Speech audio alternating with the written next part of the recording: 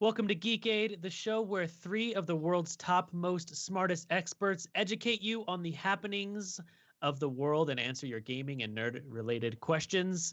How's it going? My name is Saucy Mailman, and I am a professional goat renter. My name's Geeks Aid, and this week Rod wrote for me. My name is Geeks Aid, and I am the Canadian Matthew McConaughey. And my name is Rod, and I'm an interplanetary delivery boy. I love it. I love it. How are you guys doing today? Not too bad, my friend. How about you? Doing good. Doing good. It's a good day. I'm doing well. I just woke up, as you guys know. We always do this at 9 a.m. my time, you guys, and I rolled over and I looked at my phone because my alarm didn't go off, and I was like, oh, 8:58. That's not good. So we're jumping in. Like 2 minutes. Let's go. Yeah, let's do it. And then he had to put pants on because Geeks only sleeps naked. That's false. That's false. You can't see me from the waist down. I said sleeps naked. I just said, and pants, guys, this is a fact. Pants are not required while streaming because we're not streaming right now. We're just. I was just gonna say we're technically recording, but yeah, we can do that too. I've never worn pants once while streaming. And I have learned a lesson because at one point in time I realized that they had put all of Penn and Teller's bullshit on YouTube, and I was like, oh, cool.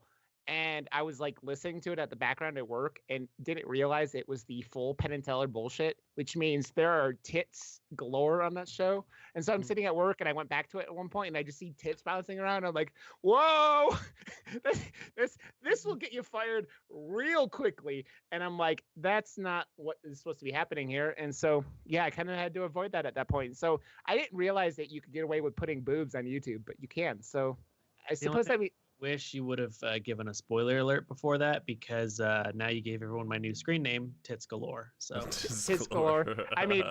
Now everybody could track you down when they see Tits Galore on the internet, and they will know that it is indeed Saucy Tits Galore Mailman. So I want to think of funny screen names. This is a thing that I did yesterday when so Geeks Aid, he streams sometimes, kind of. He just started this week. He's brand new. Kind of. But I was hanging out in your stream yesterday, and I saw someone with a very questionable username followed you, and you're just like, "Hey, thanks for the follow." It was pretty funny. Well, I noticed. Oh, sorry, go on. Go ahead, Geeks. Oh, I noticed like nowadays you have to be so careful of. So I always say the person's name in my head, and even then, I now only say half of it. Her name was like Anus something or something. It was real funny. So there was a guy that I know from playing in this Hearthstone league named Red Knight, and some guy came into his chat and he said his name like 3 times, and it was really terrible. And so one of his people in his stream clipped it and put it on Reddit, and it was fucking so funny. It's so. When I was like first starting streaming, like, and, like when you have hardly any followers and you have like your little icon on the side that shows like most recent followers, I had someone that just like followed that had this terribly racist name, and it was on there for like a couple weeks because I didn't have any newer followers, and I was just like, so I was like, I texted some people, I'm like, hey, could you just make an account and follow me real quick to get rid of this guy's username, because I can't keep seeing this. It's too bad. Oh, really funny. That's the fact that you didn't want to like even like you wanted to show that if you follow your name will go up, but also you didn't want to make it invisible. You're like, no, people have to know that if they follow, they're rewarded. So let's go. I need you guys to have a reason to watch my shit content. That makes me laugh because when you're talking about saying stuff out loud while you're streaming, I will often go into Geeks Aid stream and say awful things, and I see him reading them and then laughs and then but never says them out loud because I can't say the things that I said. I try to avoid things that Rod says. It's okay, I do that all the time with Rod. It's funny because Rod's like my pit bull now. So whenever he's in the room, it's so funny. Like whenever someone says something stupid or whatever, I'm just like, oh, I always play along with it or anything, and then Rod's just right now just like my pit bull. He's like, oh, that's real cool, dude. You come into a person's room and you're like blah blah blah, and I'm like, holy shit, Rod's going nuts, and I'm just here trying to casual. I don't mess around, man. When you start fucking with me and my friends, it's just It's so like someone came in and he's like, "Oh, Hearthstone, who even plays this game anymore?" And Rod's like, "Oh, cool, man. You come into a Hearthstone stream and you start giving the game shit." Yeah. And, it was so funny. That you voluntarily came into. So yeah. That's something I've had that happen a bunch of times, like because I primarily stream Hearthstone as well, but like I'll play like Resident Evil or something and someone comes in like, "Oh, who wants to see Resident Evil?" I'm like, clearly you, because you're here. Like I don't know what to say to that. It's not like you're clicking on streamers on Twitch and going, "Hey, oh my God, this guy's playing Roblox. I didn't know he was playing Roblox when I went into there." No, you know when you click on a streamer what game they're playing. So we're gonna need to get a counter up that says like episodes we've had that we haven't talked about Roblox. Like, and then we'll be at count 0. I still need to figure out when we're going to do a multi-way stream of Roblox, all three of us. That would be really fun. Let's make it happen. Yeah, I'm excited because of one of our listeners, Nate Wolf, his 6-year-old plays Roblox. So really? It's not a imaginary game. It actually exists and people do play it, supposedly. It is a real game. Maybe we should just do a charity. Like maybe we'll save that for like maybe down the road once we hit like a milestone, and then we'll do a charity multi-way stream.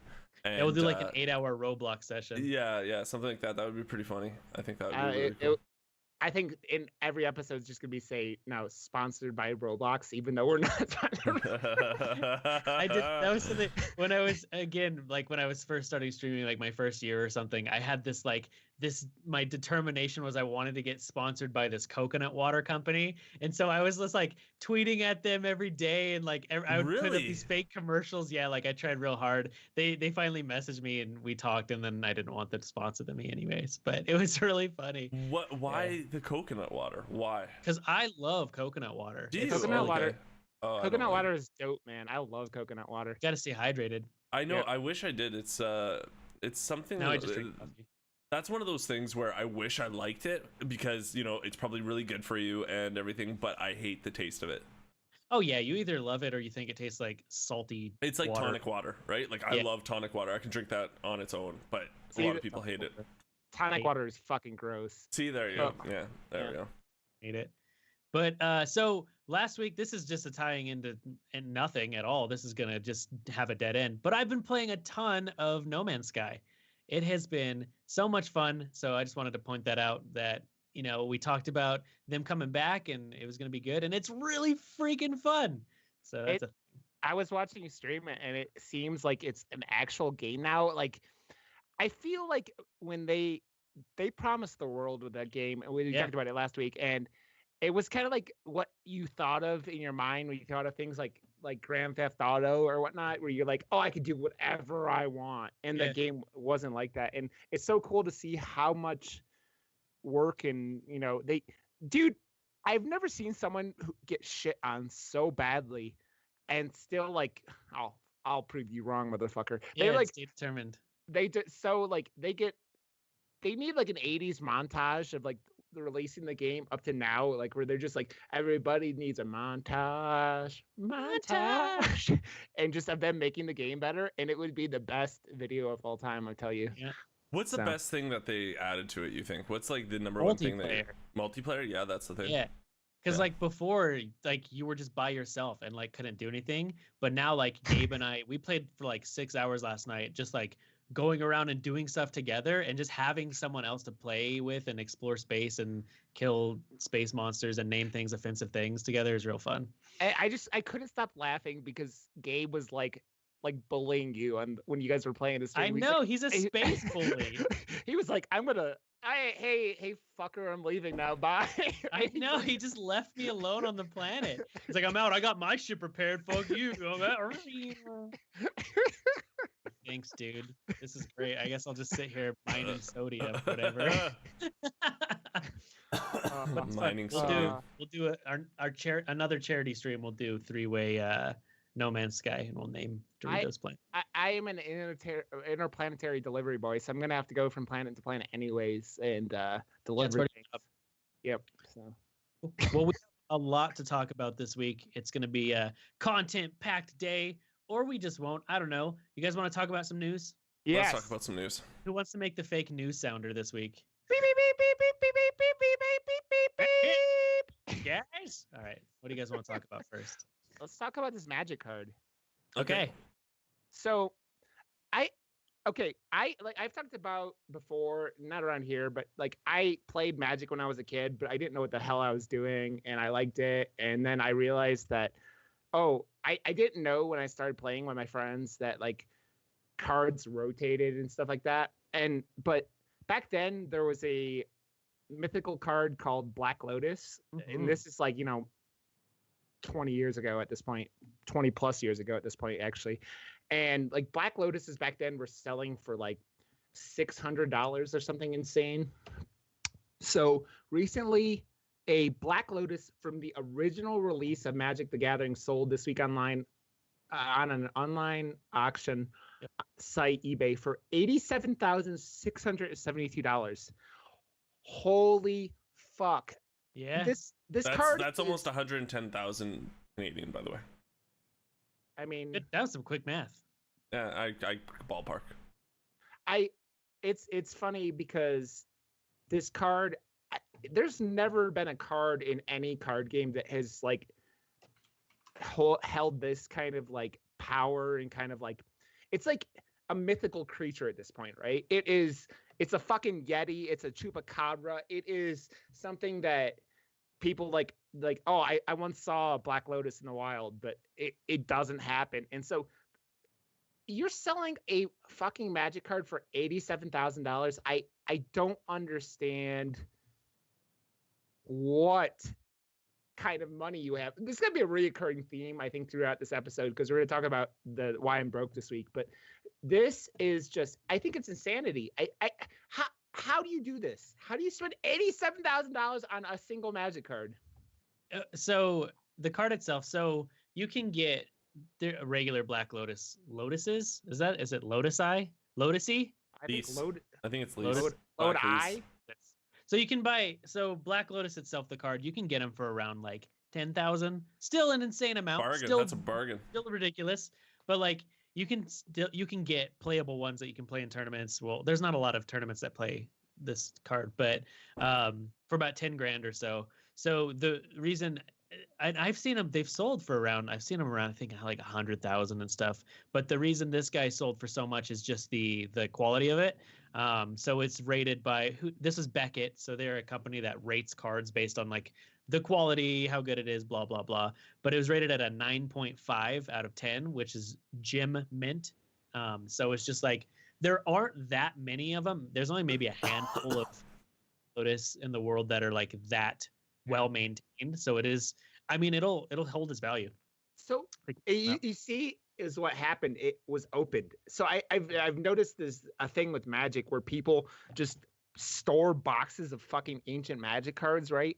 And then they open them randomly. And then like that's the big thing. Is like, oh my God, I opened this. But it says it was opened at this Grand Prix in Grand Prix Chiba.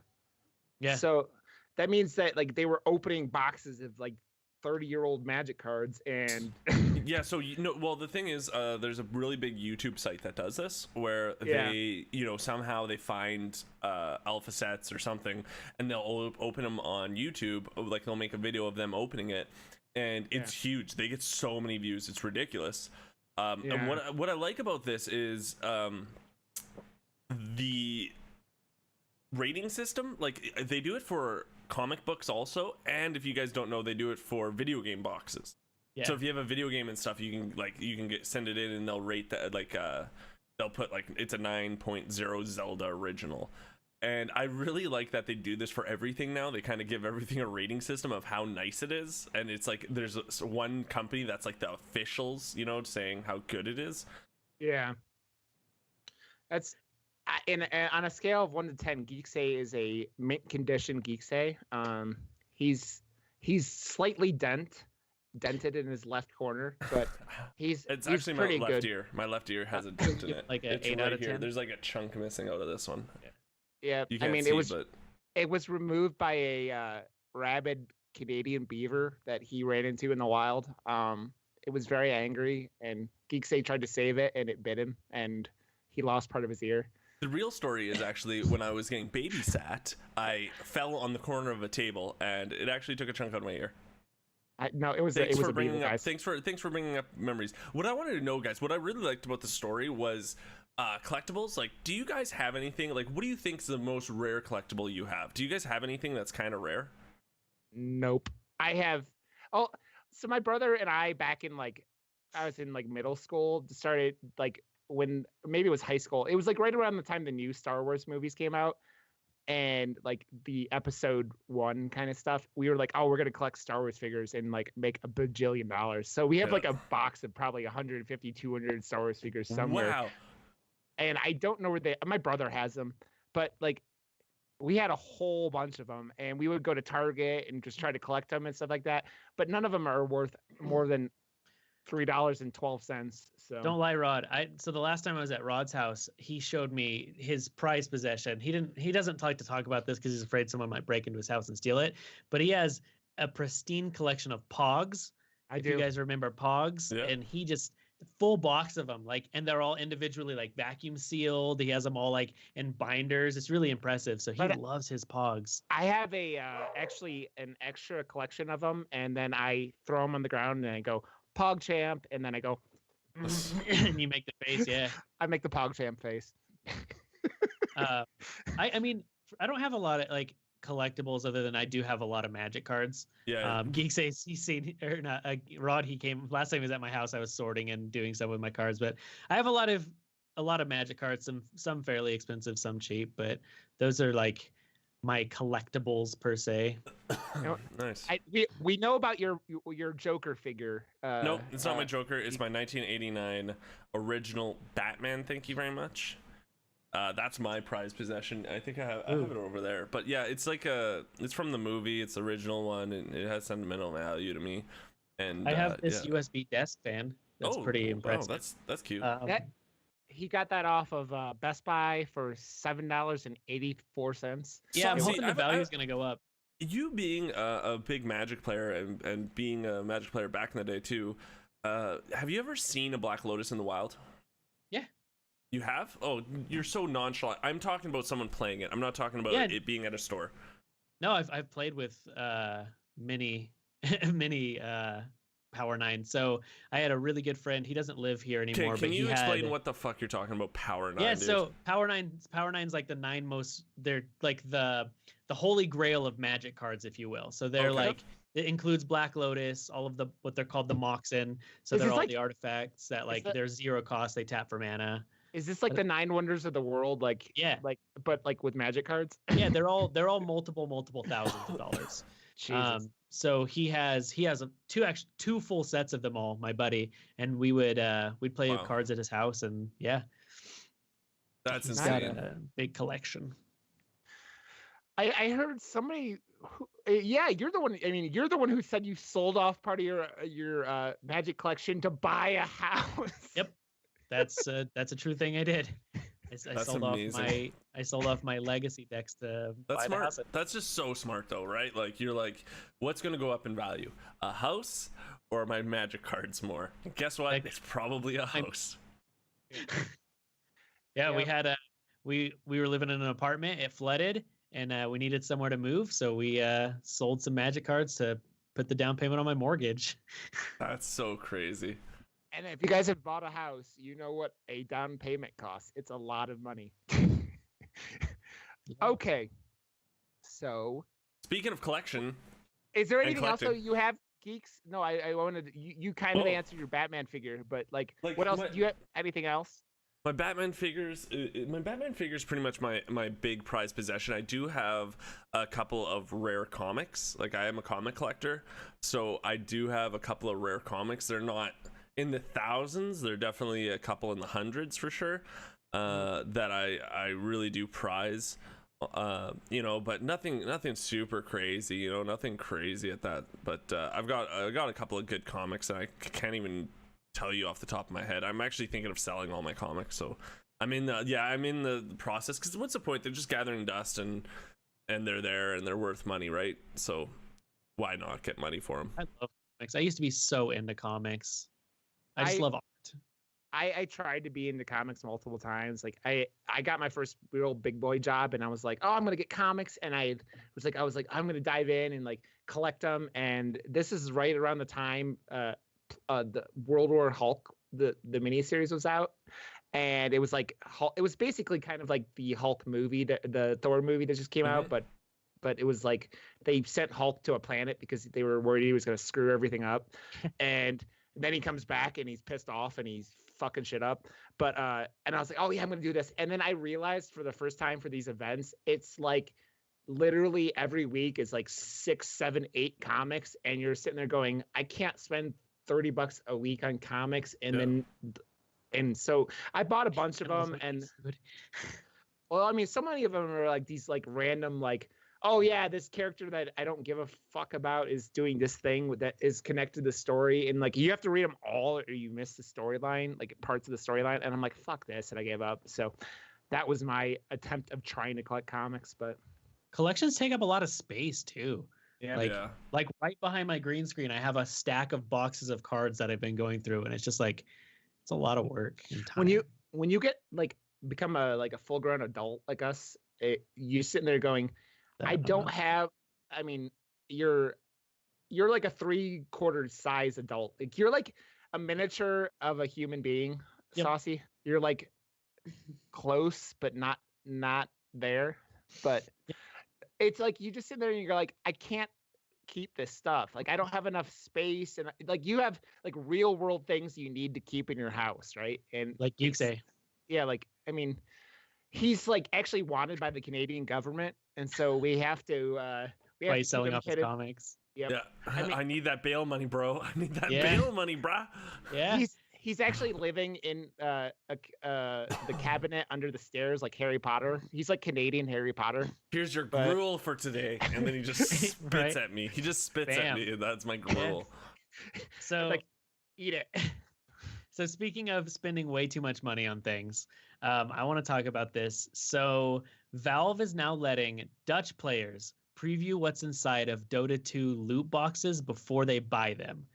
So what do you guys think about this? It's, because there's all of the anti-gambling. They have I'm pretty sure the Dutch players have like the no betting, no gambling laws. So this allows. The question is though, like, what do you guys think of loot boxes right now? What's your opinion on loot boxes? I mean, go ahead, Jesse. No, yeah, I mean, I buy them a lot. I mean, I don't know. I like shiny cool shit, and I spend way too much money on them. That's a real thing. Like I wasn't even playing Destiny 2, and like they had some event, and I popped in and spent $50 on loot boxes, and literally didn't even play the game. So I don't know. I have a problem. Like I just like, oh shit, I could get these cool skins. Like, because I'm like, what if I play the game later and I want the skins? Yeah. So, like I do that with Overwatch. Like I'll jump in for events and buy boxes, and I don't even play Overwatch. So maybe I should stop. Maybe I need to install some games. So yeah, I would keep those away from you if you're not playing those games. We all play excessive amounts of Hearthstone, and those packs are like. I guess those are loot boxes technically. I mean, it's real content. It is. I mean, Hearthstone's run into the same problem where, like in China, they had to unveil the drop rates of cards, which is how we know what the rates of these cards are. It's an interesting item because, like, these games like Dota and Overwatch, and we'll talk about Overwatch here in a little bit again, but these boxes aren't content, right? They're not like. They're skins. They're skins. They don't do anything. They don't do anything for you to progress in the game, right? Yeah. They're just like they're skins, or they're like they change something, and cosmetic things. Yeah, cosmetic. It's interesting to see how these, because this has been a big deal like over the last couple of years. Like when these games have come out, I think it was the last Shadows of Mordor game or whatever the hell came out, and they were really pissed about that. And there have been games that have come out where it's just been a big deal, and it's just interesting to see these countries dealing with it like this. And I think it's easier for these smaller countries that don't have like huge amounts of game developers in them, like lobbying and stuff like that, to do this. And then even like China is like trying to make sure this stuff happens, and they know because it seems like gambling can be a problem with all these things, and so they're trying to avoid having these problems. So you have, if you know what the drop rates are on these stuff, but this is like a step further because this isn't like at that point you're not even, you know exactly what's in it, and I would be curious to see how, like, I was reading the article, but like it never says if there's any way to reset it or like that's like the loot. Yeah, there is. If you buy it, it shows the Okay. next thing that's in it. Okay. Right. So really, like looking at it and thinking about it, it doesn't really change a whole lot. Because think about it, if it's Hearthstone card packs, like you see what's in the next pack, but like you're still gonna buy the pack and then see the next because one. that's the thing, right? It's whether or not, see, with Hearthstone packs, you're going to buy it because you want the next pack to see what's in it. With this, it's like, do I want that? No. Okay, well then I don't care. You know, maybe I was just gonna buy one, so I'm not, because it shows you what's in the crate. And I've never thought about loot boxes and being like, oh yeah, it's a problem or whatever, until I got into Smite for a little bit on the Xbox. I've never played like a Dota like game, but I was kind of into Smite. I kind of dug it, and then I found my character, and then I found the skins that weren't available anymore and how cool they were, and I went down a hole and almost spent a lot of money on a skin. I was like, I need the Poseidon. He was like the pool. He had like a pool thing on, and his scepter was a pool noodle. I was like, I need that. Oh yeah, $100. Like I'm thinking about it. Yeah, I was like $100. I might think about that maybe. Yeah. So what I really like playing a lot of Overwatch. Overwatch does these things where it's like you have these like 2-week or month-long events where you can only get these skins like once a year. So they really get you, like they introduce these really cool skins and they're like, yeah, if you want this motherfucker, you're gonna either have to spend gold in game or you're gonna have to spend real world money on it. And they make it so like if you're not getting this when it's around, the rest of the year you see other players running around with these skins. You see them like you're gonna feel like an idiot. Yeah, they're in your skin list, and they're like mocking you. They're like, "This is here, and you didn't get it." And yeah, because you can always still see them, huh? Yep. And so it's just like, oh, you assholes. There's not a way to buy them, eh? You can't just be like, I want this skin. So they have this thing now where it's like Overwatch does once a year. They have like their anniversary events where you could buy any skin, but other than that, no, it's like you could either only buy it during the 2-week event that happens. And so, yeah, but if you don't get it, when, like at the anniversary day, can you just be like, I want Hogger's Halloween skin. I'm going to pay 300. You can't pay money. No. Oh, it's just random again? It's just all of them are random? Spend money. So you spend money or you get currency in the game. And you just get a loot box where you have a chance of getting all these random skins. Yep. Or because that's the problem. You also there's also like sprays and voice lines to prep it. Like the chances of you getting a skin is like 1 in 5, and you only get one, right? And they're usually the plain shitty ones that are like, oh, I made my hamster and a ball purple instead of blue, like instead of like making them like the cool. cheap ones. Yeah, well, and that's the thing. You never get the one you want. It's like almost like they watch they always watch like what. It's almost like they watch what you play. And they're like, no, you're not getting this for a while. You're not getting nothing you're never for getting Hogger. that Hogger skin. Yeah, you're not getting that Hogger at all. His name, I've said this before, and I'll say this again. His name is Roadhog. Hogger. Roadhog. Hogger, yes. Okay. So my thought on this real quick is I think this does help with people like you said, Geeks Aid, who are gonna just like maybe buy 1 or 2. So like if they're like, hey, I have $5, maybe I'll put it in this. So you look at it, you're like, oh, I don't really care about those things. Maybe I'm not gonna drop this. But for all of us idiots who are gonna spend $150 on the new Hearthstone expansion anyways, or whatever, or the $50 on Tiny Ragnaros and Heroes of the Storm, whatever. So I think for all of us it doesn't make as much of a difference, but for those people who are like, I got $10, am I going to spend it on this dumb game or am I going to not? I really wonder if it's going to create this rabbit hole though. Like people are going to be like, oh, I really want that one item in that box. Okay, I'm going to buy it. And then the next box, like, oh, I really want that. Like they're going to just keep buying them because I want to know what the purchase rates are going to be, how they're going to be affected in this. Interesting. Because it's like, it's a thing where you go, this is like real world information. Like how are these affected by this? And so it's going to be interesting to see what happens with that, because like you know those damn vending machines where you get the little ball, like the little like plastic ball with something in it. Like if you ever played Shenmue back in the day for the Dreamcast, where you could like go in and buy those things and stuff like that. But One had a Dreamcast. what? One had a Dreamcast. I had a Dreamcast. I had a Dreamcast. Phantasy Star Online, baby. Phantasy on Star Online was a shit. But it's that same kind of thing. It's like that where you see the things in there that you could get, and it's like, oh my god, I want that. But yeah, I'm gonna be interested to see if we get any data back from this on what it happens, because probably not. Yeah, probably not. No, we won't see shit. Valve. Okay. The other thing that was in the news is we had on Friday and Saturday this weekend, we had the Overwatch League finals. So it was the Philadelphia Fusion versus the London Spitfire. Yep. This got called a underdog match because the team that had been really, really on fire the entire season was the NYXL, the New York Excelsior. Yeah, they were wrecking all season. Yeah, like always, because they're insane. And then they fell apart at the very end. But the London Spitfire team was basically made up of some of the top Korean players, and the Philadelphia Fusion had like Korean players on the team, but it was a lot of, more international kind of things, more Americans on the team. So it was like a America versus Korea thing, kind of. And the Spitfire, the Korean team, whooped the crap out of the Fusion. So they are the inaugural Overwatch League champions. They won $250,000, I think it was, and get a trophy, and they're always going to be the top players for the first season. And so it's pretty cool. It was on all the channels. We had talked about how they were on ESPN and all that stuff.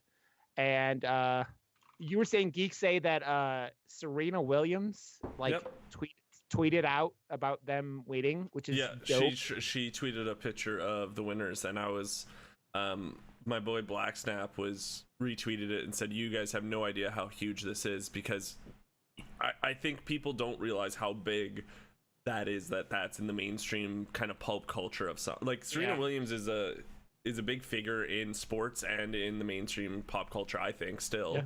And her tweeting just an Overwatch picture is huge. Yep.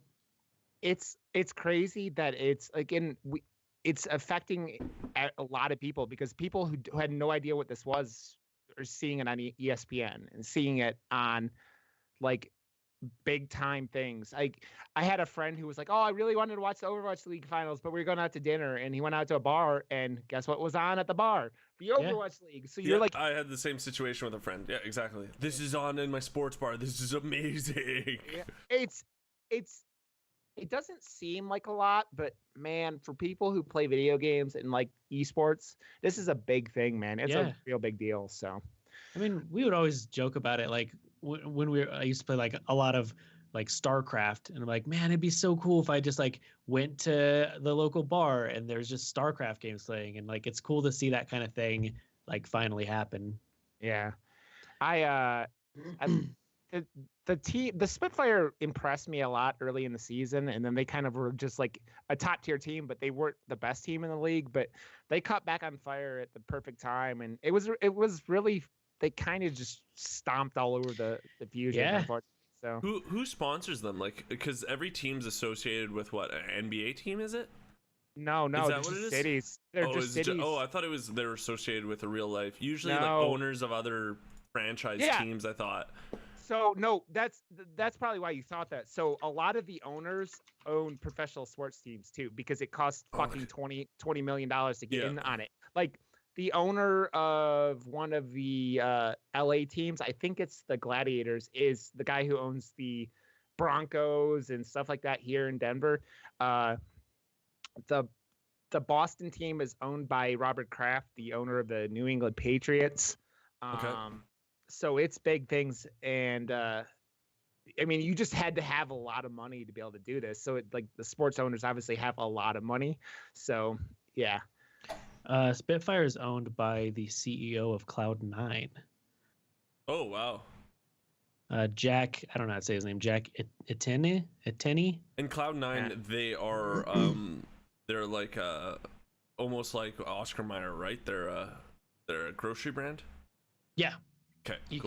They're known for their fruit yogurts. So they've got yes, like a blackberry and a strawberry yeah, fruit I've yogurt. seen the commercial. I'm on cloud 9, and then they eat Yeah. Yeah.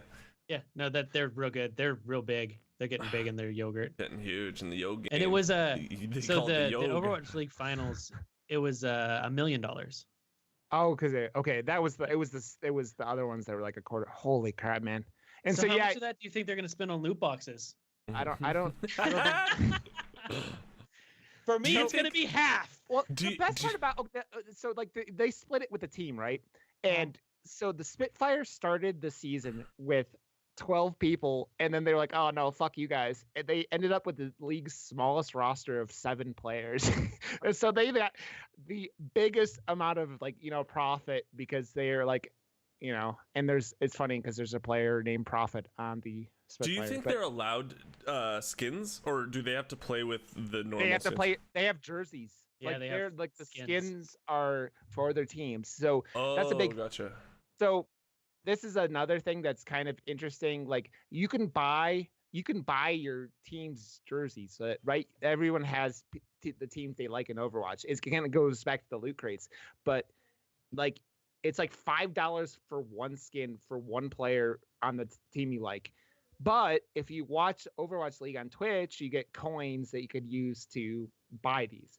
Yep. So they only have their like home teams. Like so every team has a home jersey and away jersey like skin. So it's interesting that they'll probably start selling the away ones next season for even more money. So because I know people that just spent $100 to buy all the jerseys, all the skins. So I love like what they did with this because it shows that you want to it makes you want to watch it because you get these coins, and same thing with Gwent, right? And that's what I love about Gwent. Apparently you get packs for watching a Gwent streamer. Streamers, yeah. Like how amazing is that for any game that has loot boxes or card packs? Hearthstone, like how much incentive would that be if they did something like that? Yeah. So I always laugh because for a really long time and kind of canceled recently because of the game itself. But Shadowverse, I used to log in every day because they would give you free stuff, like bunches of free stuff. And I was like, hey, Blizzard, if you guys did something like this, you'll get more people playing. Right. But they never listen. Well, it would be nice. I'm sure you guys, when you're streaming, you get the same question. Is like, can I play this game? Or is it pay to win? You know what I mean? And I would love to be like, just watch streamers get free packs and you're able to get a collection. I think it would go a long way because people are so intimidated from starting from scratch.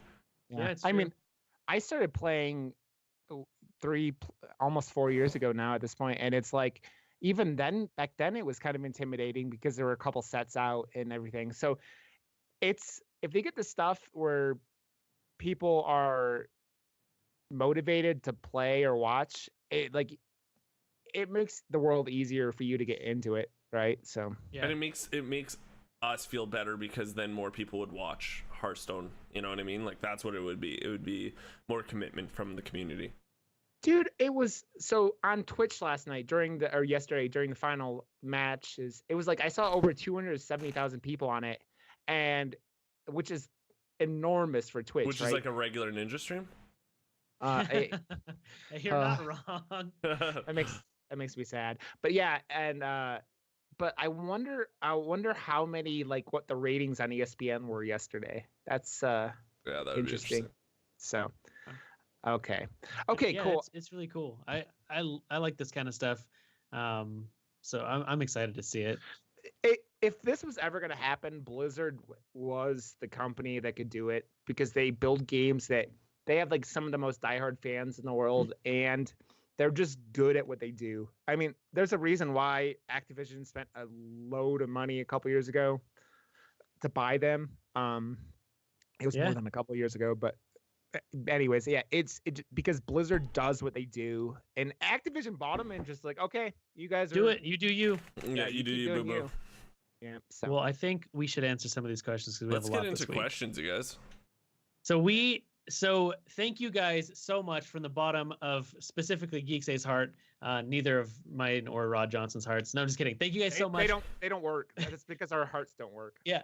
You guys sent in some questions this week, so it makes us feel happy. So thank you again. And for all of you who haven't, just send us some questions. So we have some very, very important questions this week to answer. Which one should we answer first? Because they're all just so good. Let's go down the line. So yeah, let's go. All right, cool.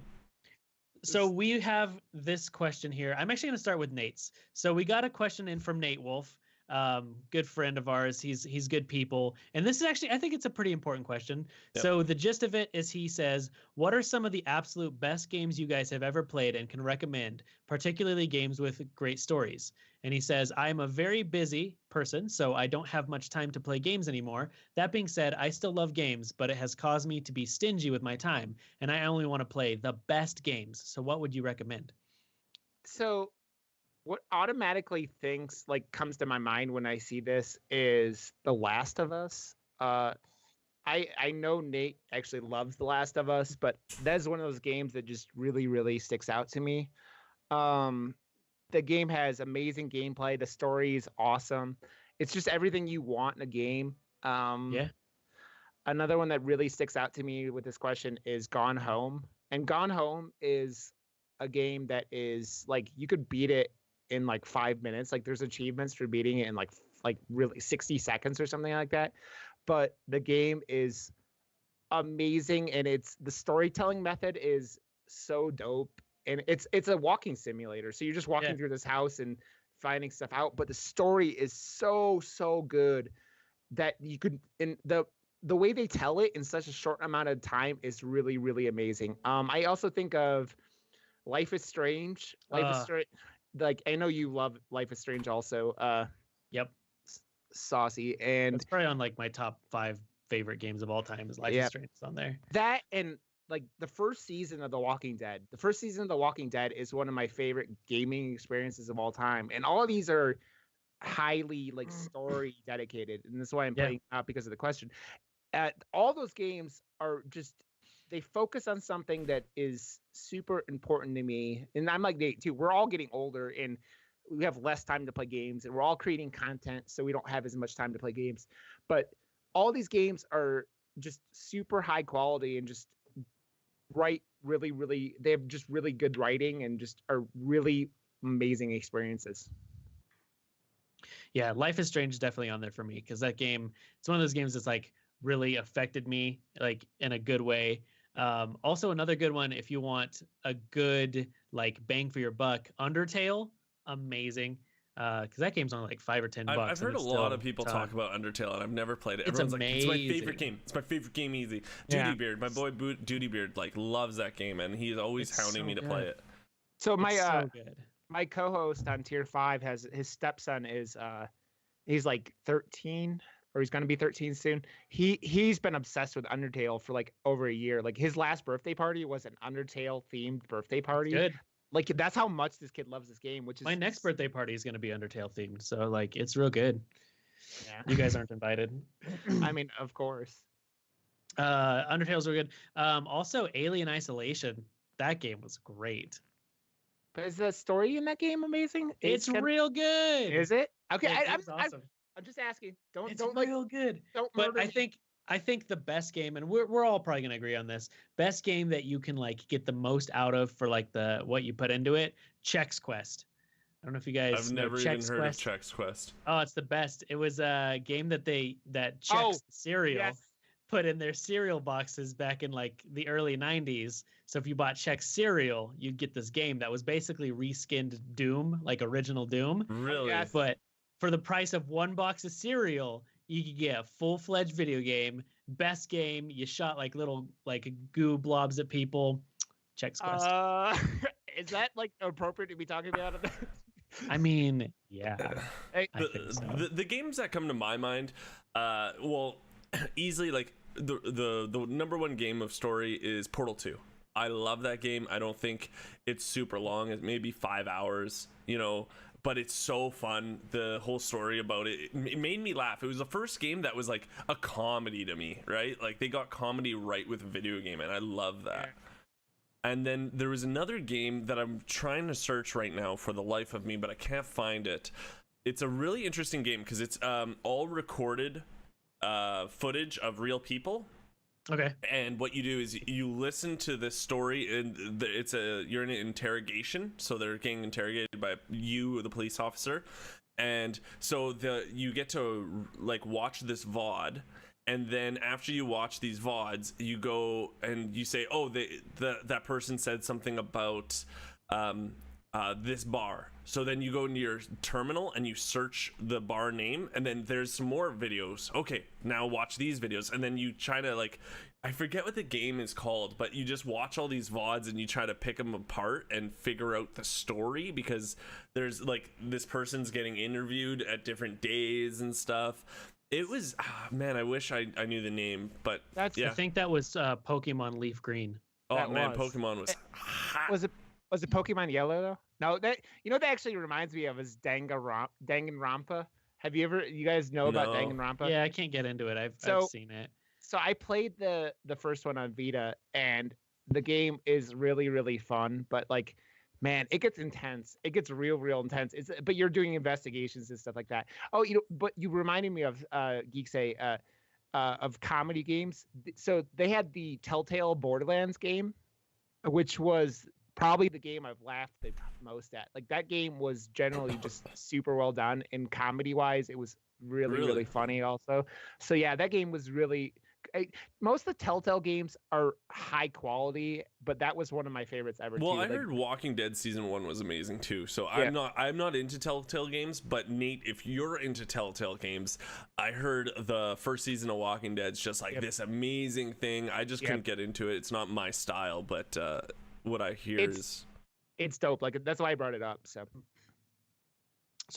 hopefully that helps you, buddy. Okay. I'm gonna read the next one from a person in the community in my community called Titty Slapper. He says, random question. Me and my girlfriend fight over all the time. Who would win, Goku or Sailor Moon? Ooh, that's a tough one. So, according to my wife, it's Sailor Moon, and she's the Sailor Moon expert. So I'm gonna go with Sailor Moon. I know she has a wand, and I know she has a kitty. She has a talking kitty, and I don't know what her cat. You get points for that. And they're all like super young. Like, I think they're like in middle school on Sailor Moon. Also, my wife once was accused of watching porn while watching Sailor Moon, so that gives her bonus points in my book. So I'm gonna have to go with Sailor Moon because I think she's pretty badass. And if I say Goku, my wife will beat my ass. So I'm gonna go with that. So because you don't want to get a divorce, it's got to be that. Yep, exactly. Geek Say, what do you say? You know what? I've never watched either of the shows at all. I don't know much about any of it. So to stay, neutral, I'm going to say Hogger from Overwatch. Okay, I like that. Yeah. Because you haven't gotten Sailor Moon yet, have you? Well, we got in Canada. We've got season 1 of Dragon Ball, right? And he's running on a wall. It's pretty cool. Like, it's crazy. Yeah, he's yeah. just running. Sailor Moon, I keep thinking it's a cereal that we have here that we just got, but it's not. So I don't, I don't know. I do like cereal. Hey, so Geeksay actually thinks that it's when you go out on a boat with a sailing boat and then you moon people, but no, that's not what it is. Okay, Geeksay. it's not. You have to keep your pants on. The problem with this question is it's kind of vague because we don't know what kind of battle are they in. Because if they're in if this is like who would win in a wearing a best skirt contest, I mean, it's got to be Goku. So I mean, we have this. What? It can't be Goku. I think it's just beating ass. I think it's just who would win in a fight. That's what I like to think. Oh, in a fight, Sailor Moon. But also, isn't there timeline problems with this question too? Because I know that like on Dragon Ball Z, they get their power levels are constantly growing. Over 9,000. Yeah, exactly. There you go. So is this first season Dragon Ball Z or Goku, or is it like last season Sailor Moon where she can whatever she does besides talk to her kitty? Okay, what if it was here's the battle. It's like, hey, Goku and Sailor Moon are both starting a Twitch channel. Who's gonna get partnered first? Sailor Moon. Of course. I mean, we know that's not even a question. That point, it's yep, it's Sailor Moon all day, every day. But I think we all vote Hogger. No, I'm I never like- voting Hogger. Hogger for president. Yep. It's Well, hopefully that helps. We're good at advice. All right. Let's see here. I've got a question here. It's from a good friend of everyone's. So this question comes from Wildcard Hearthstone, and he wants to know what video game to you changed the way you play video games forever, or you feel changed games forever. I think that the optimal answer for me for this question is Grand Theft Auto 3. I think Grand Theft Auto 3 was the first, like, holy shit, this is like a video game where you could do whatever you want. I mean, you couldn't do whatever you want, but like, But you felt like you could. Yeah. yeah.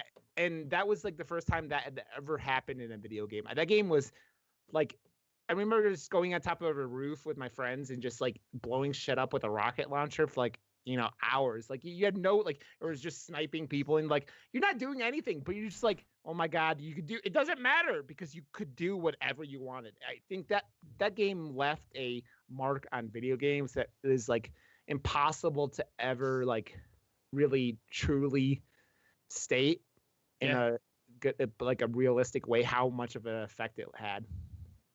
I think for me, I'm going to give a couple fake answers before I give my real answer. So, World of Warcraft, I think, is definitely one. That's the huge whole MMO thing. That was the first time we had like, I went over to my buddy's house and they had turned their basement, his whole family, into like a LAN center. His parents, his brother, and himself, they all like raided WoW together. And like me and my friends would come over and we'd all play World of Warcraft. And like it was this huge cultural thing where like everyone was playing WoW. My dad played WoW and like people like his employees played WoW, and I would raid with like my dad's employees and stuff. Like it was just crazy. So that's one. I think Call of Duty 4, or was it Modern Warfare? Yep. That was one too. Like that was one of the first like first person shooters where we would all the time like get home, shoot up some people and stuff. But I think the biggest game for me that changed gaming forever has got to be Chex Quest. That was the first time I ever in my mind was like, I can go and eat cereal, buy a box of cereal, and then go home and kill people because I ate cereal. That's changed gaming forever. I mean, you keep talking about Chex Quest, and it makes me think of those fucking Burger King games. Do you remember the Burger King Sneaky games? King? Sneaky King? Yeah. And the one with him and the motorcycle or whatever, or like those games were so shit. They were like in Chex Quest, one of the weapons you got was a spork that spun around. It was like a motorized spork, and you would like spork people with it. It's just like that has changed. You gotta find it. You gotta find it and play this game on stream, man. Like you have to. I don't think there's a digital version. I'll have to find a CD drive somewhere. It's gotta be there. You have to. So the game. Okay, so you guys were talking about WoW. I'm going to talk about games that really changed the way I play games, the way I look at them. It wasn't WoW. It was Phantasy Star Online. I mentioned this before. Phantasy Star Online blew my mind. It was like. It was a Dreamcast game. You could finally connect to the internet. You could finally play with other people. It was really big for me, and I got really into it. I don't play MMOs anymore because I've pretty much spent all my childhood playing that game. I loved it so much. The other game I would say is Halo 2. Like just playing online competitively and having the ranks and always wanting to be better, that did wonders for my self-esteem because I was always garbage, and you really got to find out how terrible you actually are. Oh yeah. And and I obviously I have to say Hearthstone because it's just changed my life, just how I play it and everything. It's my game. And when I was a kid, actually, Lufia 2, Rise of the Sentinels. It's an RPG game. I love that game. I saved my Christmas money. It was $100 Canadian for an SNES game. Jesus. I love that game. And it really got me into RPGs, which later got me into Final Fantasy VII, and then later on got me into Xenogears, which I think is gameplay wise, maybe not story wise, but it's one of my favorite RPGs, Xenogears. Those games on PS, what was it, 3? The Xenosaga games, whatever, are just some of the most insane games ever. Well, Xenogears was just original PlayStation. I don't know. Yeah, I I've know. never played Xenosaga. I don't know what it's like. Is it still like you play as a person and you sometimes go in the battlefield as a person, but then you're sometimes a robot? You're in a mech sometimes, yeah. Yeah, So, that's the same thing. Yeah. yeah. So like sometimes depending on the level, you're running around fighting as a person. Yeah. But like Okay. just Same thing. Yeah. difficulty wise and story wise, story wise, those games are amazing. And but like they are like a cluster fuck of like storytelling because everything like is so complicated and you have to like read reviews like or like story explainers and shit while you're playing them and like you have to use story explainers. Yeah, it's one of those things that like I don't know if I talked about it on here, but like I one time watched a movie called The Witch, and I had to go home, like I go on YouTube afterwards and watch explainer videos about what the fuck just happened. So it's that kind of thing, but they're really good games though. So. Well, that's the thing. Like Nate said earlier, right? Nate was asking about, you know, he doesn't have much time, and if you have to go in and get a story explainer, that's ridiculous. You know what I mean? Like I don't want that, and I get it. It's really difficult, especially in translation, because I'm sure Xenosaga and Xenogears was made in Japanese, so they had to do some translating for it. And I also know that Xenogears got rushed out at the end, so the ending is like totally a gong show. I don't even know. It was 3 discs or maybe even 4, and I think I got to like 2 or 3, but I love that game. It was good. Yeah. The good news is I just found a browser version of Chex Quest. So. That's Geeks hilarious. Geeks Aid is putting his heart and soul into this, and we're like searching. I was searching YouTube for I'm not too worried. videos, and Saucy is finding. He's actually playing Chex Quest now, and he's on the last level. So, Yep.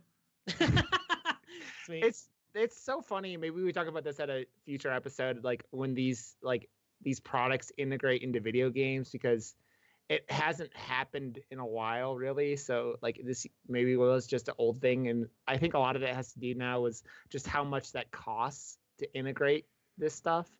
I mean, to make a game costs so much money that they're like kind of avoided this as a product placement method. So when's the like I guess Burger King was the last thing I can think of, right? You know, the 7-Up guys had a game. Raisins had a game. There was a Cool Spot. Is that what you're talking about? Yeah, that game was fire. I love that shit.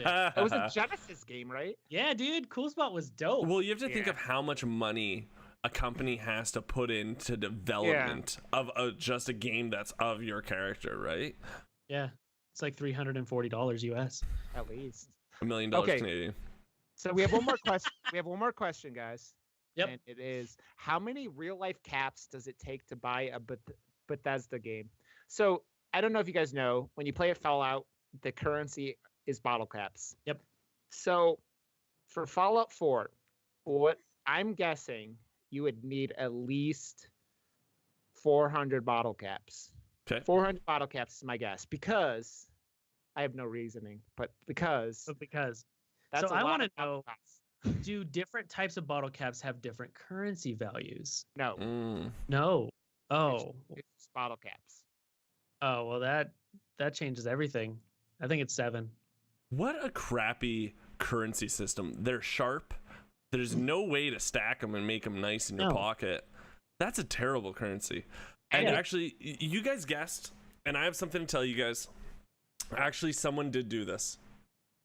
So someone asked Bethesda how much it would cost, because he kept all his bottle caps from when he was in college. And do you guys want to know the final tally? Is it 2,240 caps? Holy shit, you are smart. Yes, it actually is 2,240 caps he sent Bethesda to get a free Fallout 4 game. It took him 7.5 years of college drinking to get all these, but he did it.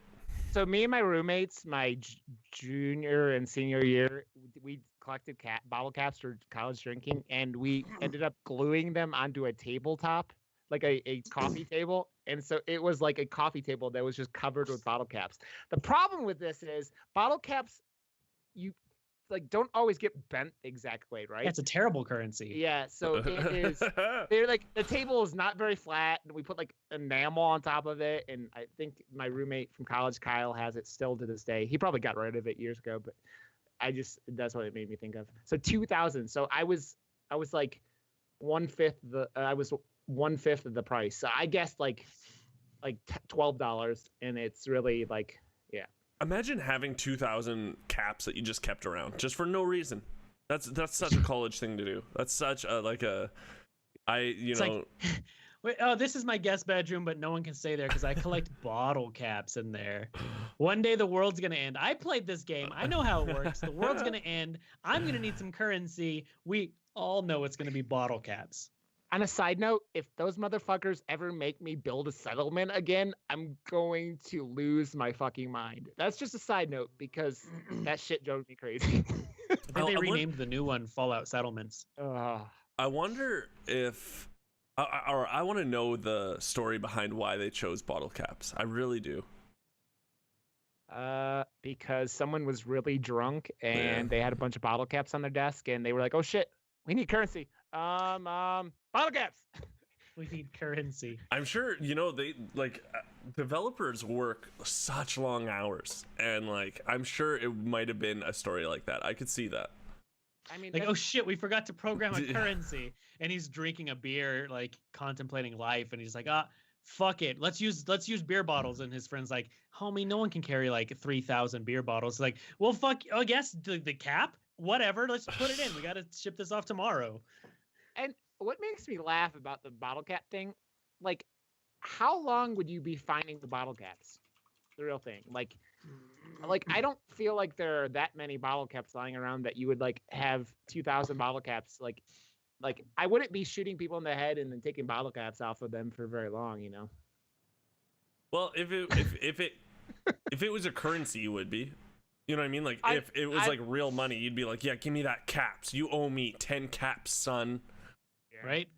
What I'm saying is, I wonder how many you would be able to do this. But there's also way less people in Fallout because everyone's dead. There's like 10 people on the planet. So also, don't Google why are bottle caps the currency. You'll go down a road of like angry fan fiction nerds and like rage on Reddit. So don't do that. Wait, nerds have rage or crazy fan fiction?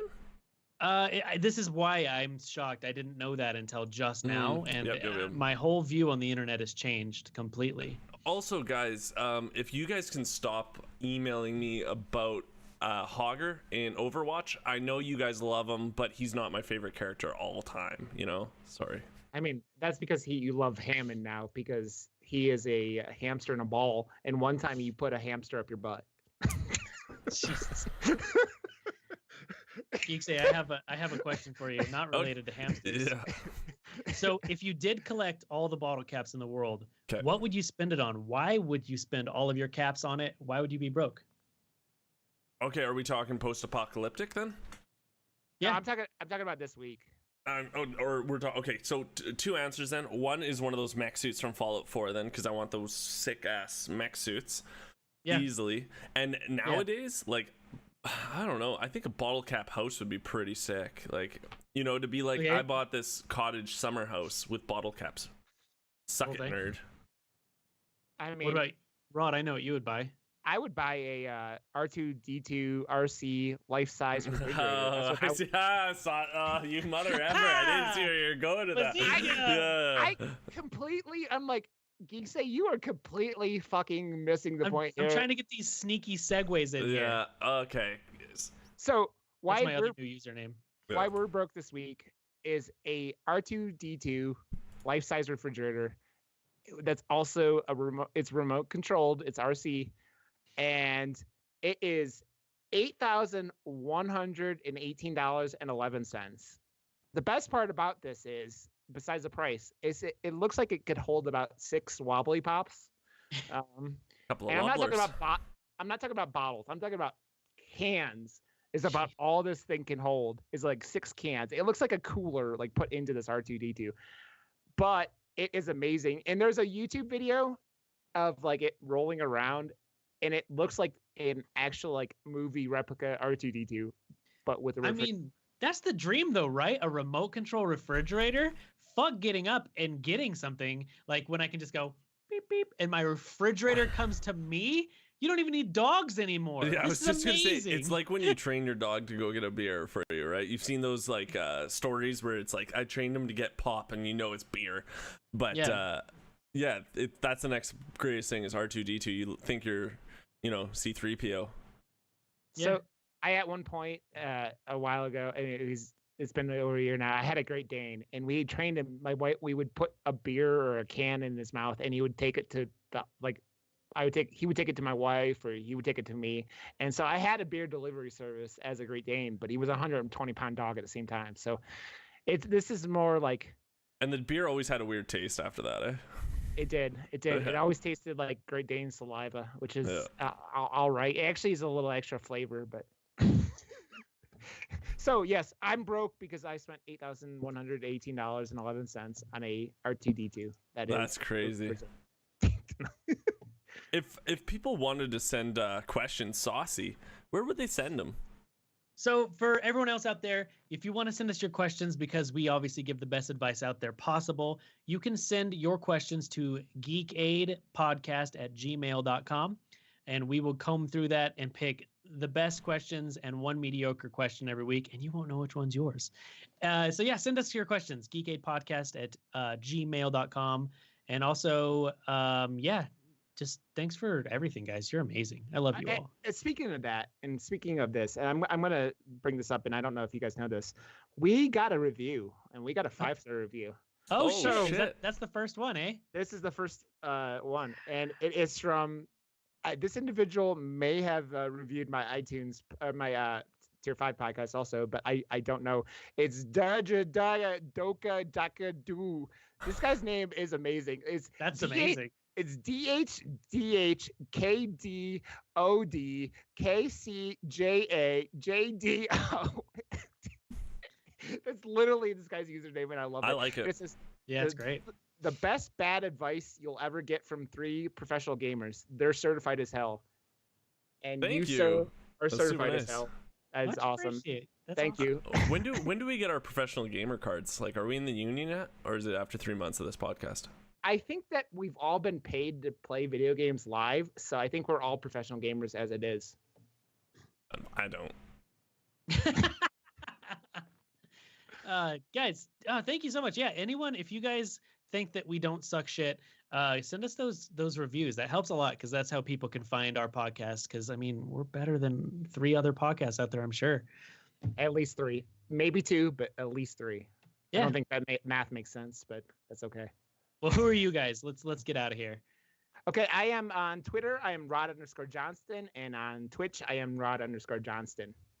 I'm Geeks Aid, and on Twitch, I'm Geeks Aid. On YouTube, I'm Geeks Aid, and on Twitter, I'm Geeks Aid, but with an extra H, because I need to spice things up. Yeah, and my name's Saucy Mailman. You can just find me on Twitter and Twitch and everywhere on the internet, even Angel Fire. Just Saucy Mailman. That's my name. That's where you can find me.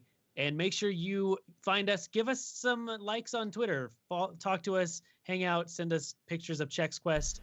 We're just Geek Aid Podcast on Twitter. Thank you guys so much for joining us today. Remember, we are on YouTube, and we would love for you to subscribe to us there. That is one of the main things we're trying to push, because we need more subscribers so that one day we can get youtube.com/geekaid podcast, and it would mean a lot to me. So thank you guys so much. Guys, thank you so much for joining us today. Love you guys. Peace. Bye.